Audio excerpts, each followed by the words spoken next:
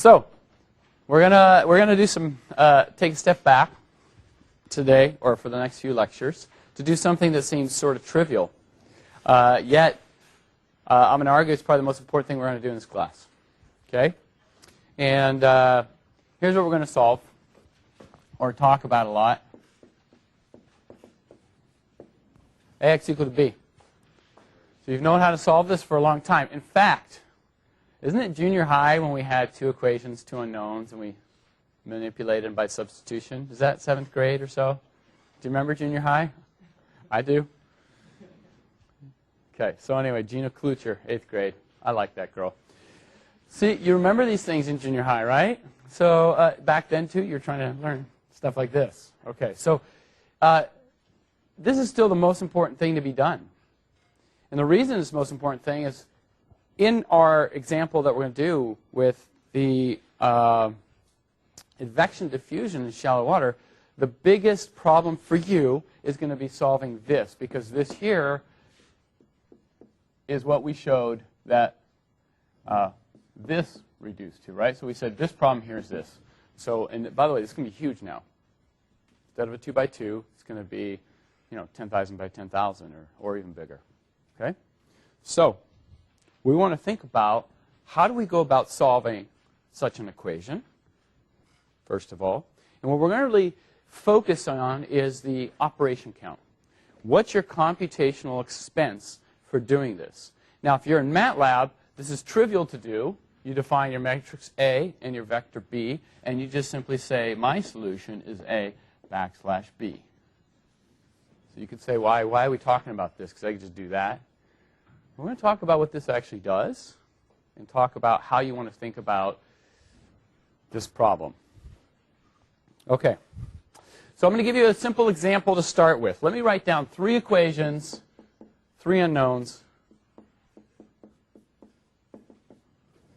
And here it is.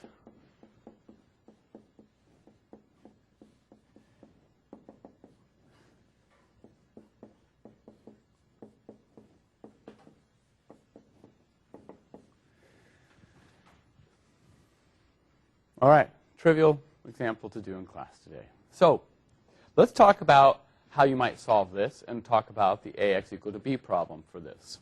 So 3 equations, 3 unknowns. I'm trying to determine x1, x2, x3. So that's going to be my vector x, which is going to keep all my x information together. B is the right-hand side over here, which is 1, negative 1, 1. And the matrix A are the coefficients here. So you have 1, 1, 1, 1, 2, 4, 1, 3, 9. Okay, in junior high, what we learned how to do is substitution, right? That's all we kind of knew how to do. And then in college, we got sophisticated, and we started doing things like putting them in, doing Gaussian elimination. Remember this? So let's set up Gaussian elimination and see how this works out. So what you typically did is you constructed an augmented matrix. See, in junior high, augment was a big, big word. So you didn't use that. But now we can use augment, because then you went to college, and then you can use big words. And you construct the augmented matrix that looks like this. You take your matrix A, put your right side over here, and this is your augmented matrix form. And what we learned how to do in linear algebra was how to solve this, okay, and sort of in a more systematic way. So let's go ahead and do it.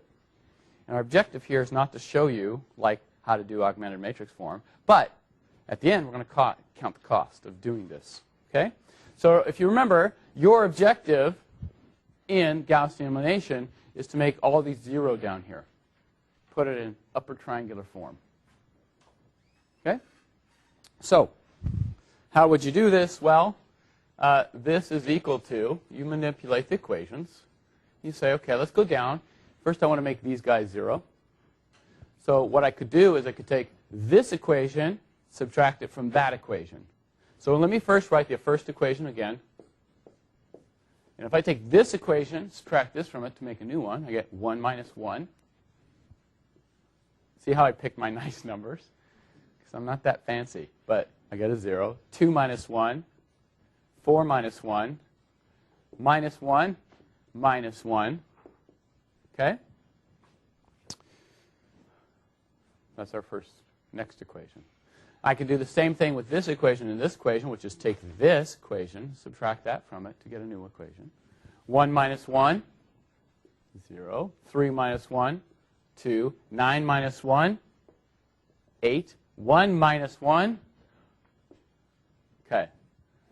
Look at that. I got some zeros over here. Good? Now, I can still manipulate some more. What I'm going to do with this last equation is divide by 2. I can take any one of these equations as long as I multiply the left and right-hand side by the same factor. Big deal.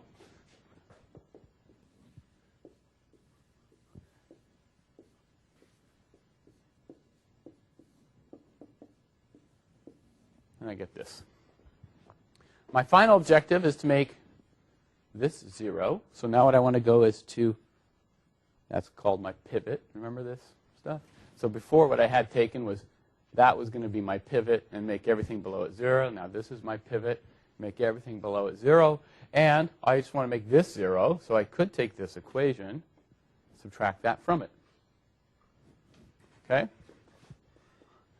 It's going to be equal to, I first write down my first equations.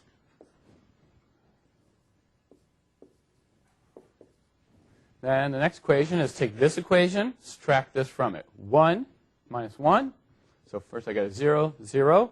4 minus 1, 1. 0 minus the minus 2, 2. Okay? There you go. So we've put it in this upper triangular form. And then if we think about what these equations now mean, the last one says that, you know, if I put it back into ax equal b form, it says 0x1 times 0x2 times 1x3 is equal to 2. So x3 is equal to 2. Woo!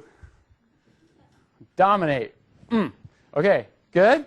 Right? You see the pattern? Okay, right? And then you do this, and we're just going to work our way up to do back substitution, because now it says 0x1 times x2 plus 3x3. 3x3, well, x3 is 2. So this is going to be 6 over here, and that's equal to minus 2. So I got a 6 here, right? So this is 6, and if I take it to the other side, it's minus 8.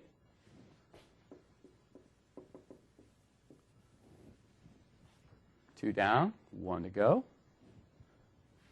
x1 plus x2. x2 is minus 8. So I have x1 minus 8 plus x3, which is 2, is equal to 1. Minus 6 here, take it to the other side, it becomes 1 plus 6, 7. I have an answer. Here is my answer. X is equal to 7, right? Minus 8, 2. All right. Please refrain from applause at this point, because I know you want to.